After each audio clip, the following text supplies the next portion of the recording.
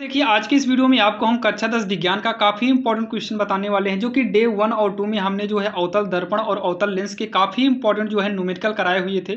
यहाँ पर देखिए सभी फार्मूले को आपको हम बताएंगे। फार्मूला भी आपको दृष्टि दोष पर आधारित जितने भी फार्मूले हैं वो सारे फार्मूले भी आपको हम बताने वाले हैं। और ध्यान देना बोर्ड एग्जाम के लिए काफ़ी इंपॉर्टेंट है और सभी वीडियो को देखने के लिए आप जो है डिस्क्रिप्शन में जाइएगा, वहाँ लिंक मिलेगा जिसकी मदद से आप सभी वीडियो को लाइन से देख सकते हैं। तो जो पहला फार्मूला इसमें लगने वाला है मानव नेत्र में दृष्टि दोष या फिर दूर दृष्टि दोष हो, दोनों के लिए है, चाहे निकट हो या फिर दूर हो। लेंस का जो सूत्र इसमें हम यूज करेंगे, मतलब जो इसमें दूर दृष्टि या निकट दृष्टि दोष के लिए जो हम लेंस यूज करते हैं वो 1/v माइनस में 1/u बराबर का 1/f होगा। आप जो है चाहो तो इस तरीके से भी कर सकते हो, 1/f बराबर 1/v माइनस 1/u। दोनों फार्मूला यूज कर सकते हैं, दोनों फार्मूला सही है। जहाँ पर v क्या है प्रतिबिंब की दूरी है, u क्या है वस्तु की दूरी है और f क्या है ये फोकस दूरी है।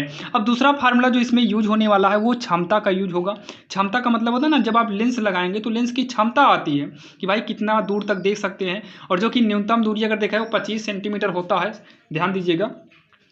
तो क्षमता P बराबर होगा 1/f। जब मीटर में जैसे f का मान अगर मीटर में दिया हो तो P बराबर 1/f करेंगे। अगर ये सेंटीमीटर में दिया हो तो या तो आप पहले मीटर में चेंज कर लो या फिर 100/f कर सकते हो। 100/f कब, जब सेंटीमीटर में रहेगा तब। बाकी P बराबर 1/f करेंगे जब मीटर में रहेगा तब, इसलिए यहाँ पर लिखे हुए मीटर में।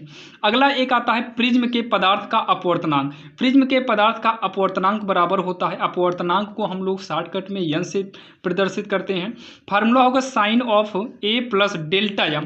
ध्यान देना ये डेल्टा है, हल्का तिरछा टाइप का है, डेल्टा m/2। उसके बाद बटे में क्या है साइन a/2, बटे में क्या रहेगा साइन a/2 रहेगा। ये जो है अपवर्तनांक का फार्मूला होता है। a जो है ये प्रिज्म का कोण है और जो डेल्टा m है ये विचलन कोण होता है। ये क्या होगा, विचलन कोण होगा। ये प्रिज्म का कोण होगा और ये विचलन कोण रहेगा। बस यही तीन फार्मूले आपको जो है जरूरत पड़ती है दृष्टि दोष से संबंधित, और इससे संबंधित जो है जितने भी परिभाषाएं हैं वो भी आपको हम अगले पार्ट में करा देंगे। अब यहाँ पर हम ये देखेंगे आखिर जो है किस प्रकार के सवाल किस मॉडल से जो है एग्जाम में पूछा जाता है। तो आपके सामने रहा, अगर आप ये सवाल देखें तो आपको ये सवाल काफ़ी इंपॉर्टेंट है। इसी तरीके से जो है बोर्ड एग्जाम में ज़्यादातर पूछा जाता है। तो आइए इसको देखते हैं आखिर हम इसको सॉल्व कैसे करेंगे। तो देखिए सबसे पहले यहाँ देखो बोला है एक निकट दृष्टि दोष वाला, एक निकट दृष्टि दोष वाला मनुष्य, मतलब कोई व्यक्ति है जिसको जो है निकट दृष्टि दोष वाला जो है मतलब उसे प्रॉब्लम है आँख में, अपनी आँख से 30 सेमी से अधिक दूर की वस्तुओं को स्पष्ट नहीं देख पाता है। ध्यान सुनिएगा, बोला है कोई दूर दृष्टि दोष मतलब निकट है, एक निकट दृष्टि दोष वाला मनुष्य है जो अपनी आँख से जो है 30 सेंटीमीटर से अधिक दूर की वस्तु को स्पष्ट नहीं देख पा रहा है। जब ये स्पष्ट नहीं देख पा रहा है फिर क्या बोला है, अनंत पर स्थित किसी वस्तु को देखने के लिए, मतलब वस्तु कहाँ पर रखा है भैया, अनंत पर, अनंत पर स्थित वस्तु को देखने के लिए। वस्तु कहाँ पर है, अनंत पर है, तो वस्तु की दूरी जो आएगा वो अनंत होगा। वस्तु की दूरी को हम किससे दिखाते हैं, u से। ये हमारा अनंत पर है, क्या है अनंत पर है, और ये माइनस में करेंगे। यहाँ पर ध्यान देना यहाँ पर अवतल ही रहेगा तो माइनस में करेंगे, और u का मान तो वैसे भी हमेशा माइनस होता है। अच्छा अनंत है, अनंत को माइनस करो या प्लस करो, अनंत तो अनंत ही रहेगा। बाकी यहाँ माइनस दिखा देते हैं। अनंत सेंटीमीटर, पता नहीं कितना सेंटीमीटर है, कोई क्लियर नहीं है। अब उसके बाद देखने के लिए कितनी फोकस दूरी के, मतलब कितनी फोकस दूरी के और किस लेंस की आवश्यकता होगी, लेंस भी हमको क्लियर नहीं है। तो यहाँ पर सबसे पहले जो है फोकस दूरी पूछा है, तो यहाँ पर लिखेंगे फोकस दूरी f बराबर क्वेश्चन मार्क, यानी कि f हमें निकालना है। ये दिया है एक निकट दृष्टि दोष वाला मनुष्य अपनी आंख से 30 सेमी से अधिक दूर वस्तुओं को नहीं देख पाता है। जब ये स्पष्ट नहीं देख पा रहा है तो ये प्रतिबिंब की दूरी है, कितना है, प्रतिबिंब की दूरी v बराबर, प्रतिबिंब की दूरी v बराबर 30 सेंटीमीटर, और निकट दृष्टि हो इसके लिए माइनस ही हम यूज करेंगे। क्या करेंगे, माइनस ही यूज करेंगे। ठीक, देखिए बात ये आती कैसे पता चला ये v है, तो अनंत पर कोई वस्तु है, मतलब अनंत पर स्थित कोई वस्तु देखना है, तो ये वस्तु क्लियर हो गया। हमें फोकस निकालना है, ये क्लियर हो गया। जब u और f हो गया तो बचा क्या, v, इसका मतलब वो क्या है, v ही है, काम खत्म। अब यहाँ पर हम लेंस का सूत्र यूज करेंगे, तो यहाँ पर एग्जाम में आप लोग ध्यान देना, लिखिएगा लेंस के सूत्र से। क्या लिखेंगे, लेंस के सूत्र से। लेंस का सूत्र होता है 1/f equal 1 upon V minus 1 upon U. तो 1 upon F equal 1 upon V कितना है, तो वी हमारा माइनस का 30 है, माइनस 1 अपान यू का मान होता है अनंत। तो यहाँ पर माइनस अनंत करो या फिर कुछ मतलब ऐसे ही कर दो, प्लस में भी करोगे फिर भी कोई दिक्कत नहीं है। 1 अपान एफ बराबर माइनस को साइड में ऊपर कर दो, ये माइनस माइनस प्लस होगा। देखिए 1 अपान अनंत का मतलब क्या है, 1 अपान अनंत का मतलब होता है 1/0। तो बाहर बाहर के हिसाब से 0/1 होगा और ये 0 ही माना जाएगा। तो 1 अपान अनंत का मान अगर देखें तो सीधा आप समझिए कि ये 0 होता है। तो 1 अपान एफ बराबर माइनस 1 अपान 30 होगा, प्लस में 0 जोड़ेंगे तो आपका यही आएगा। तिरछा गुणा करेंगे तो एफ इकन्नम एफ होगा, 30 इकन्नम 30 होगा, तो माइनस इधर ही रहने देंगे तो ये आएगा माइनस 30 सेंटीमीटर। और माइनस में आने के कारण ये अवतल हो जाएगा। तो यहाँ पर लिखेंगे अतः, बोला था ना ये कितनी मतलब कितनी फोकस दूरी होनी चाहिए और किस लेंस की आवश्यकता होगी। तो अतः 30 सेंटीमीटर फोकस दूरी, अतः 30 सेंटीमीटर फोकस दूरी के अवतल लेंस के लिए, अवतल लेंस के लिए, अवतल लेंस के लिए, और इतना लिखकर जो है आप लोग आंसर कर दीजिएगा। आपको फाइनल जितने भी नंबर का रहेगा वो फाइनल मिल जाएगा, आपका नंबर इसमें कटेगा नहीं, लेकिन आप जो है राइटिंग से करिएगा और अच्छे से पूरे नियम से करिएगा। यहाँ पर आप शॉर्टकट में अंक को मत दिखाना, ये हिंदी भी जरूर लिखिएगा।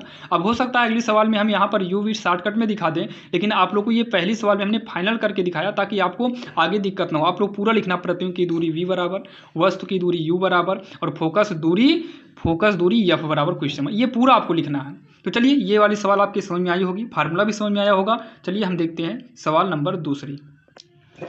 अब यहाँ पर देखिए दूसरी नंबर जो सवाल आपके सामने है, इसके पहले क्या था, निकट के लिए था, और इस बार हमने क्या लिया है, दूरदृष्टि के लिए है। केवल आपको रूल बताएंगे, प्रैक्टिस जो है आप लोग करिएगा। बाकी जितना नियम बता रहे हैं इस नियम के अलावा कहीं और से एग्जाम में नहीं पूछेगा, आप लोग समझ लीजिएगा।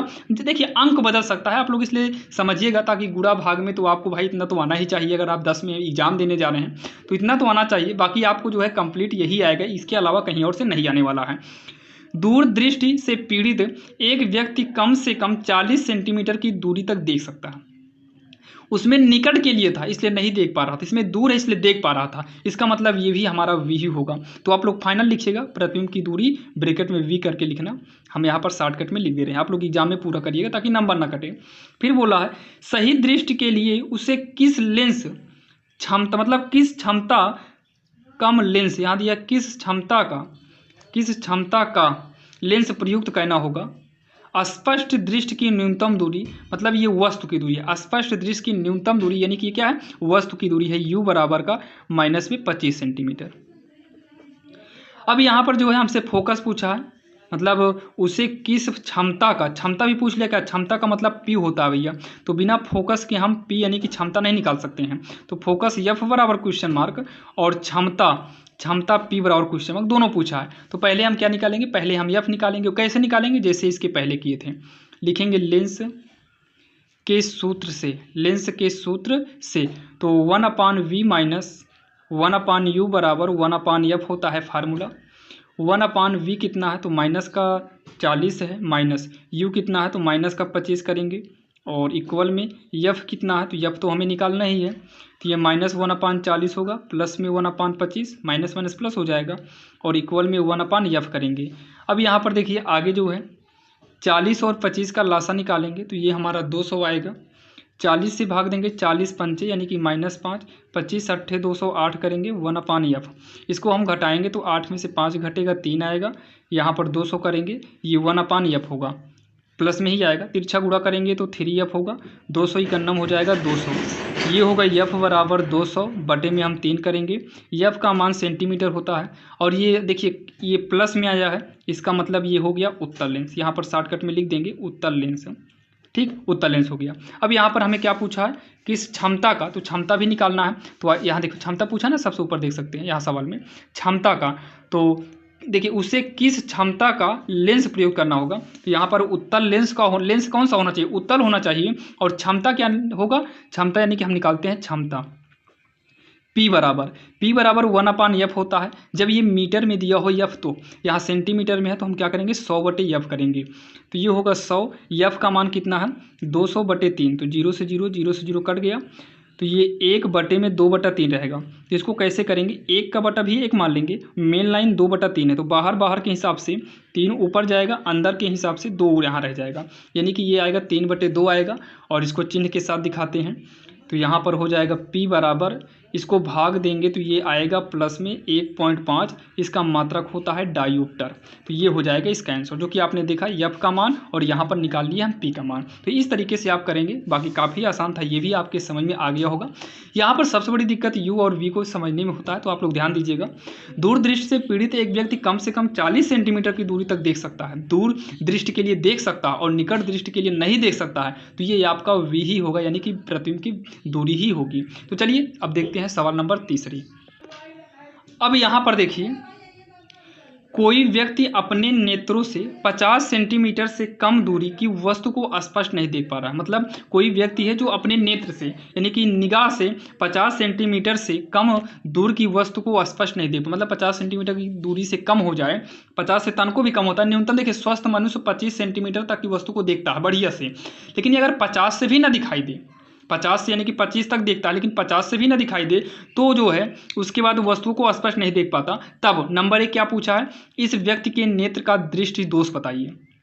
तो यहाँ पर देखिए हम सॉल्व यानी कि उत्तर बताते हैं। सबसे पहले क्या बोला है, नेत्र का दृष्टि दोष बताइए, यानी कि निकट दृष्टि दोष बताना है, निकट दृष्टि दोष।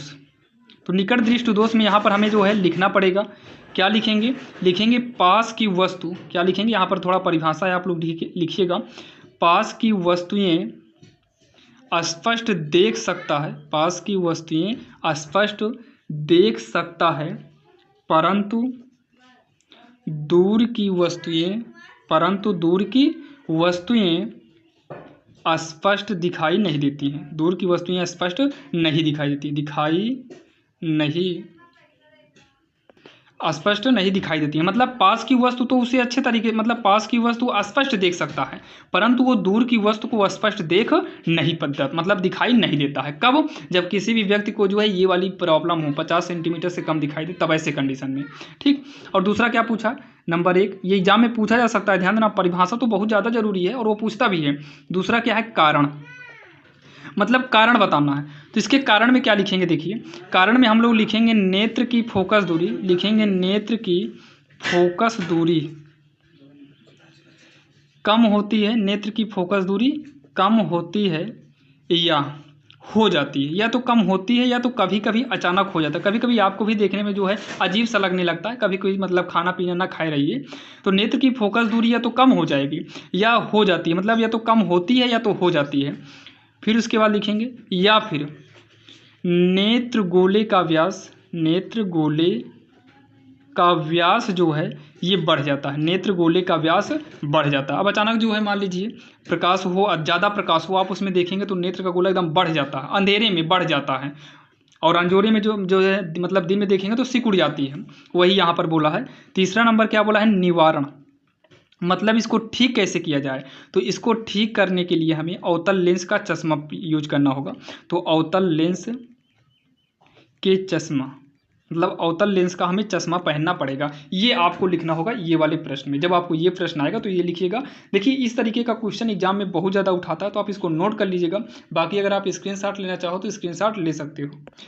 अब यहाँ पर अगर हम बात करें सवाल नंबर 4 की, चौथी में दिया है 60 सेंटीमीटर वाले प्लास्टिक प्रिज्म का पीले प्रकाश के लिए अपवर्तनांक √2 है, तो अल्पतम विचलन की स्थिति में अल्पतम विचलन कोण ज्ञात कीजिए। बहुत बढ़िया सवाल दिया और एग्जाम में ध्यान देना, ये पूरे 6 नंबर का आता है। आप लोग उठाकर देखिएगा और किताब में भी देखिएगा, आपको एनसीईआरटी में 1-2 सवाल मिलेगी, और कुमार मित्तल एक बुक आती है उसमें आप देखेंगे उसमें भी आपको 1-2 ही सवाल मिलेगी, और ये एग्जाम में बार बार पूछता है और 6 नंबर का पूरा पूछता है। क्योंकि ये सवाल भले ही आपको देखने, मतलब ये सवाल आप लगाएंगे तो बहुत बढ़िया सवाल है, लेकिन बात यह है कि यहाँ पर लड़के जो है भूल जाते हैं, भूलने की बीमारी बहुत बेकार होती है। तो इसको आप लोग प्रैक्टिस करके जाइएगा ताकि वहाँ पर कोई दिक्कत ना हो, और 100% करें कि आप इसे समझ लीजिए, ये आएगा ही आएगा, क्योंकि इसका सूत्र भी थोड़ा बड़ा होता है।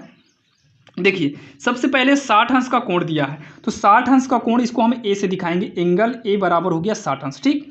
अब उसके बाद अपवर्तनांक अभी किससे हम दिखाए थे, n बराबर √2। इसको बहुत सारे लोग जो है म्यू से भी दिखाते हैं, तो आप घबराइएगा नहीं, आप n करिए, वही सही है। अब उसके बाद बोला है अल्पतम विचलन की स्थिति में अल्पतम विचलन कोण ज्ञात कीजिए। अल्पतम विचलन कोण को हम लोग डेल्टा यम से दिखाते हैं, क्वेश्चन मार्क हो गया। ठीक, अब यहाँ पर एक फार्मूला आता है प्रिज्म का, ध्यान देना, प्रिज्म से संबंधित क्वेश्चन तो एग्जाम में उठाए जाते हैं, ध्यान दीजिएगा। प्रिज्म के पदार्थ का अपवर्तनांक, प्रिज्म के पदार्थ का अपवर्तनांक यन बराबर होता है, यन बराबर होता है, फार्मूला होता है साइन ए प्लस डेल्टा यम बटे 2 पूरे के बटे में साइन ए अपान 2, साइन ए अपान 2, ये जो है इसका फार्मूला होता है, ये इसका फार्मूला है। तो यहाँ पर देखिए साइड में सॉल्व करेंगे। अच्छा, यन का मान कितना है, √2 है, तो √2 कर दो। यहाँ पर लिखेंगे साइन ए प्लस डेल्टा यम, तो ए का मान रखिए, ए का मान कितना है 60 प्लस में डेल्टा यम यानी कि अल्पतम विचलन कोण है, पूरे के बटे में 2 करेंगे, फिर पूरे के बटे में साइन ए के स्थान पर कितना करेंगे 60 बटे का हो जाएगा 2 हो जाएगा, 60 बटे का क्या हो जाएगा 2 हो जाएगा। 2 बराबर का साइन 60 प्लस डेल्टा यम पूरे के बटे में 2, ये कटे कितना होगा 30 होगा, साइन 30, और साइन 30 अंश का जो मान होता है वो 1 बटे 2 होता है। साइन 30 अंश का मान कितना होगा 1 बटे 2 करेंगे। अब इसका तिरछा गुणा कर देंगे तो √2 गुणे में ये 1/2 यहाँ हो जाएगा, यहाँ पर हो जाएगा साइन में 60 प्लस डेल्टा यम अपान में 2 होगा। अब इसको जो है हो जाएगा √2 अपान का 2 इक्वल में यही पूरा नोट करेंगे, साइन 60 प्लस डेल्टा यम अपान का 2 होगा। देखिए √2 अपान 2 जो है रूट है ये, इसका आप परमेयकरण करिएगा तो ये हो जाएगा 2, बट देखिए दोनों रूट में है तो एक रूट से बाहर हो जाएगा, 2√2 ये कट के ये ऊपर 1 बचा है कटने के बाद, नीचे √2 आएगा, तो ये करेंगे 1/√2 हो जाएगा। ये रहेगा भैया साइन 60 प्लस में डेल्टा यम अपान 2 ही रह जाएगा। 1/2 जो है ये साइन में 45 का मान है, किसका मान है साइन में 45 का मान है। ठीक, ये साइन में किसका मान है, ये साइन में 45 अंश का है। तो यहाँ पर होगा साइन 60 प्लस में डेल्टा यम अपान 2, साइन से साइन को काट देंगे तो यहाँ पर कितना बचेगा 45 बराबर 60 प्लस डेल्टा यम अपान 2, तो तिरछा गुणा कर देंगे, 45 दूनी कितना होगा 90 होगा, 60 प्लस में डेल्टा यम होगा, और ये 90 60 इधर आएगा तो -60 होगा बराबर में। यहाँ पर देखिए थोड़ा जो है मोबाइल का स्क्रीन ही अपने आप बंद हो गया। यहाँ देखिए ये 90 था, ये 60 को इधर लाएंगे -60 होगा, फिर डेल्टा यम, फिर 90 में 60 घटाएंगे कितना आएगा 30 आएगा बराबर का डेल्टा यम, यानी कि हमसे ये यही पूछा था, इसी को क्या बोलते हैं अल्पतम विचलन कोण। तो यहाँ लिखेंगे अल्पतम विचलन कोण, अल्पतम विचलन कोण डेल्टा यम बराबर 30 अंश होगा। यही इसका जो है फाइनल आंसर होगा, जो कि काफ़ी आसान था और आपकी समझ में भी आया होगा। अगर कोई भी प्रॉब्लम है तो आप लोग कमेंट बॉक्स में कमेंट करके ज़रूर बताइएगा। आपको कोई भी प्रॉब्लम है तो बिना कुछ सोचे समझे आप कमेंट बॉक्स में कर सकते हैं, और बाकी डिस्क्रिप्शन में हम नंबर दे देंगे, वहाँ से आप भी जो है व्हाट्सएप को ज्वाइन करके भी अपनी प्रॉब्लम को सॉल्व कर सकते हैं। तो ये रही सवाल नंबर 4। एक सवाल और देख लेते हैं जो कि काफ़ी इंपॉर्टेंट है बोर्ड एग्जाम के लिए।